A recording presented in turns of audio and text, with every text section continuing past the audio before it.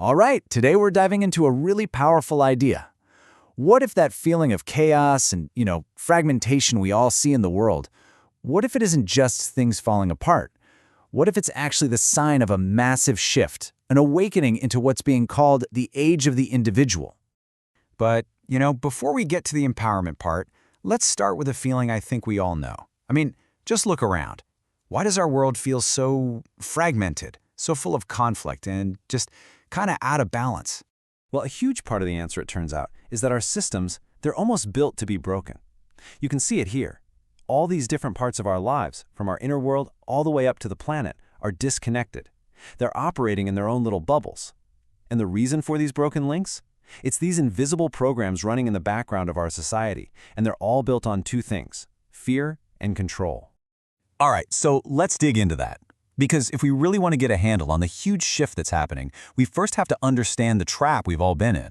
We've got to take a hard look at this hidden operating system that's been running our lives from behind the scenes. And at the very core of this hidden OS is something called a fear addiction. Now, what's so fascinating about this is that we're not just talking about, feeling scared. It's an actual addictive reaction to challenges.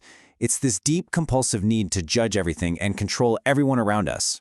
So how does an addiction like that even work? Well, take a look at this cycle. It all starts with a simple fear. The fear that something might go wrong.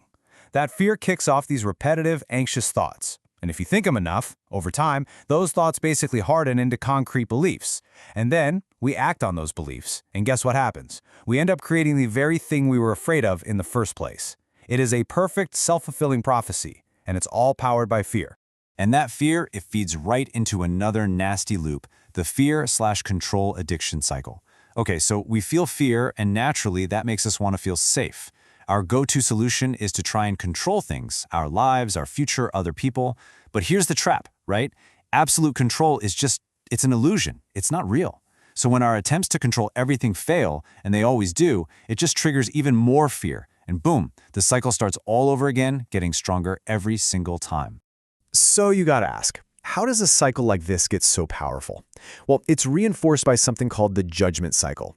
Think of this as the main tool that locks all that fear in place. It's this deep pattern of self-distrust that's been literally woven into the fabric of our society. Our schools, our legal systems, you name it. We're taught from a young age to constantly judge ourselves and everyone else. And all that does is create conflict and destroy trust. Okay, so that all sounds pretty bleak, I know.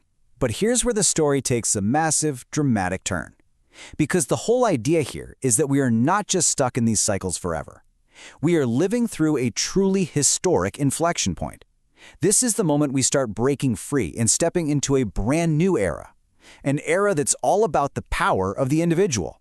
The core idea is actually super simple, but it's totally revolutionary.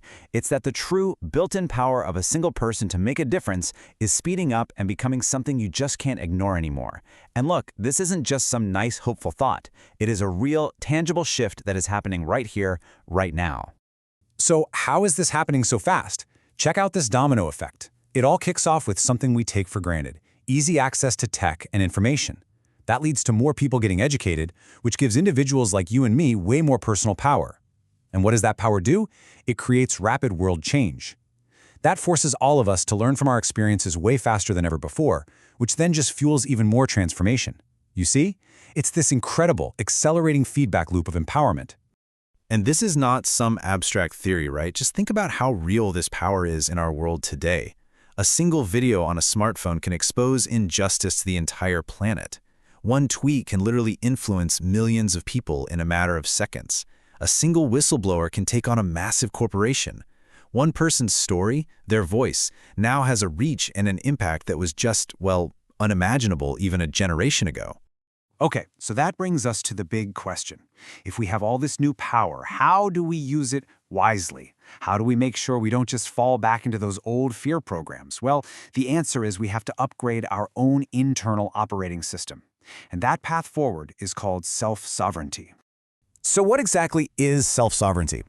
To put it simply, it's about you becoming the central authority in your own life.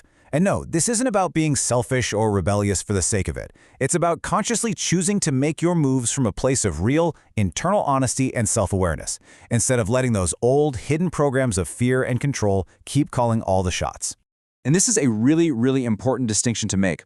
Self-sovereignty is absolutely not the same thing as being self-centered. Being self-centered, that's actually part of the old fear program, right? It's that narrow, defensive focus on just your own needs. Self-sovereignty, though, that's about being centered within yourself. It's about making choices from a place of balance, of inner clarity.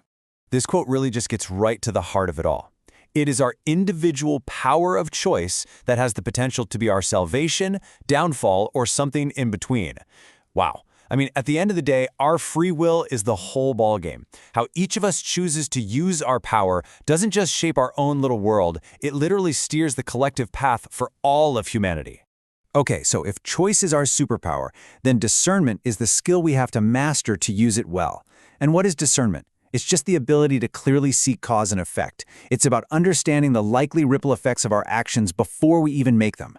Think of it like the essential navigational tool you need to live a self-sovereign life. All right, let's zoom the camera all the way back out for a second. Because this whole individual journey, this quest to upgrade our inner OS, it has absolutely massive implications for every single one of us.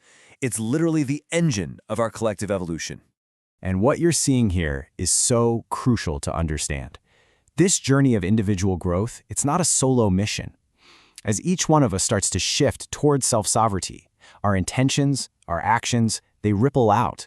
They combine and interact with everyone else's ripples, creating this incredibly powerful collective effect. And it's that combined energy that actually gives birth to a whole new state of human consciousness.